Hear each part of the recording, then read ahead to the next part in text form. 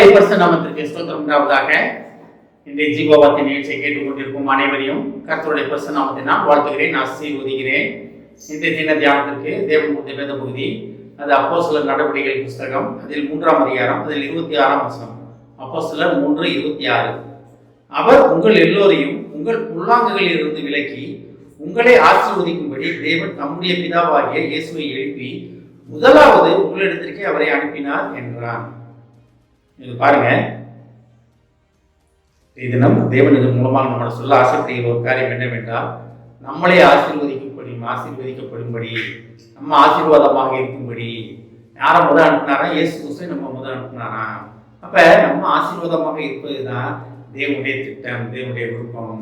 தான் பிள்ளைய கஷ்டப்படுறது எந்த பெற்றோருக்காச்சும் பிடிக்குமா? ஒருவேளை உலகத்தையே அந்த பெற்றோர்கள் ஒரு சிலர் இருந்திருக்கலாம், அது தான் பிள்ளைய கேட்டுக்கிட்டு போனாங்க அப்படின்ற மாதிரி இருந்திருக்கலாம். ஆனால் பரலோக பிதா அப்படி கிடையாது. இசைக்கியல் ராஜாவை பற்றி படிக்கிறோம்.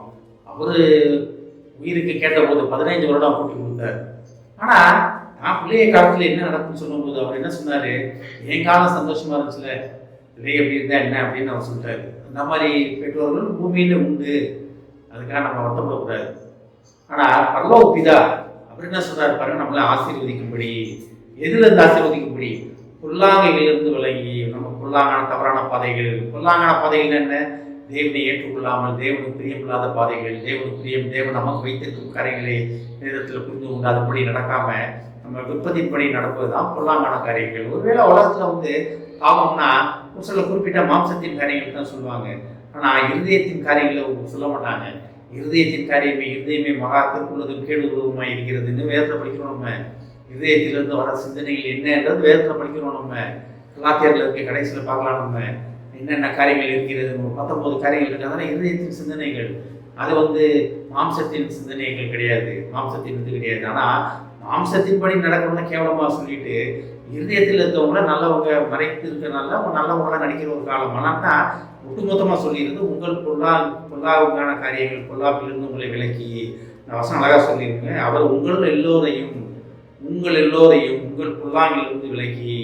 அப்போ நம்ம எல்லாருமே பொல்லாங்கனுக்குள் கிடைக்க இருக்கிறோம். உலகமாகிய இருளுக்குள் நம்ம கிடைக்கிறோம். நம்ம அதுலேருந்து நம்மளை விலக்கி என்ன சொல்றாரு பாருங்க, நம்மளை ஆசீர்வதிக்கும்படி தேவன் தம்முடைய பிள்ளையாக இயேசுவை எழுப்பி முதலாவது என்ன அனுப்புனாரா? நம்மகிட்ட தான் அனுப்புனாரா? அப்ப இயேசு கிறிஸ்துவின் வருகையின் நோக்கம் என்ன? நம்ம ரட்சிக்கப்படுவது, நம்ம தேவனை ஏற்றுக்கொள்வது, நம்ம சந்தோஷமாக இருப்பது, நம்ம ஆசீர்வாதமாக இருப்பது தான் தேவனுடைய விருப்பம். ஆனால் தான் முதலாவது உங்களுக்கு அனுப்பினார். அப்ப 2வது இடத்துக்கு போயிருக்காரு. அவர் எங்க?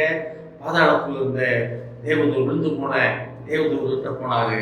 ஆனால் முதலாவது வந்தது யாருன்னா நம்மகிட்ட தான் வந்தாரு. இதை கேட்டுக்கொண்டு தேவ பிள்ளைகளே வந்திருக்க இயேசு கிறிஸ்து நம்ம கனப்படுத்திக்கிறோமா?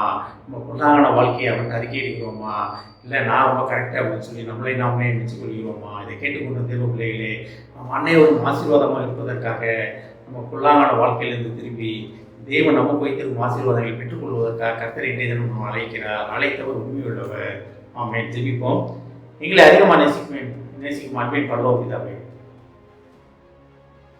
நாங்கள் எல்லாரும் எங்கள் பொல்லாங்கான பாதைகளிலிருந்து உம்மால் மீட்டெடுக்கப்பட்டு ஆசீர்வாதமான வாழ்க்கை வாழும்படி நீர் எங்களை அழைப்பதற்காக நன்றியானவர். அதற்காகவே முதலாவது பிதாவான ஒரு உண்மை இயேசுவாகிய உண்மை எங்களுக்கு அனுப்பினார் என்பதை உணர்வு நன்றி செய்கிறோம். நீர் எங்களுக்கு வைத்திருக்கும் ஆசீர்வாதங்களை பெற்றுக்கொண்டு உமக்கு சாட்சியாக வாழ்வோம் என்று முடிவெடுக்கிறோம். அப்பா, இதை கேட்டுக்கொண்டு ஒவ்வொருவரையும் ஆசீர்வதிக்கிறோம். அப்பா, ஒவ்வொரு குடும்பத்தையும் ஆசீர்வதிக்கிறோம். குடும்பத்தில் உள்ள ஒவ்வொருவரும் தாப்பனை தங்கள் கொள்ளாத வழிகளை விட்டு உண்மை பற்றி கொள்ள உதவி செய்யும். நீர் அவர்களுக்கு வைத்திருக்கும் பூலோக ஆசீர்வாதங்கள் பரலோக ஆசீர்வாதங்களை பெற்றுக்கொண்டு நடக்கப் போவதற்காக நன்றியானவரே.